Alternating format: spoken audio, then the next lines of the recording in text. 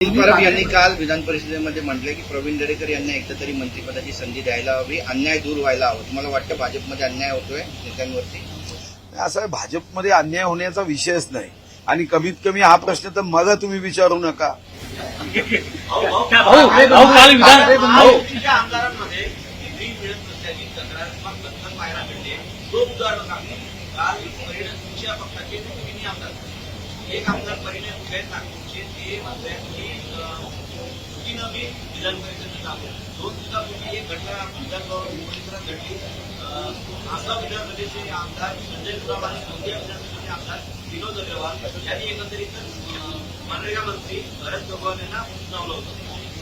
नाही, असं आहे की हा एक चिरंजीव मुद्दा आहे.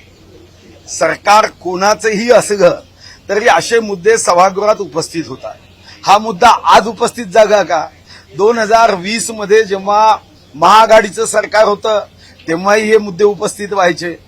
2014 ते 2019 युतीचं सरकार होतं तेव्हाही आमचे मित्रपक्ष जे राजीनामे मिस्टर इंडिया सारखे अदृश्य होते ते खिशात घेऊन फिरायचे. तर मला वाटतं की काही प्रश्न हे शेवट अंतापर्यंत सुटणार नाही आहे. त्या प्रश्न कधी ना कधी उपस्थित होतात.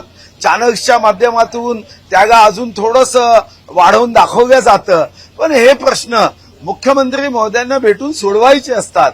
हे प्रश्न मांडून याचा फारसा उपयोग होत नाही हे साधा निवडून आलेला आमदार म्हणून मी निश्चितपणे अधिकारवाणींनी सांगू शकतो.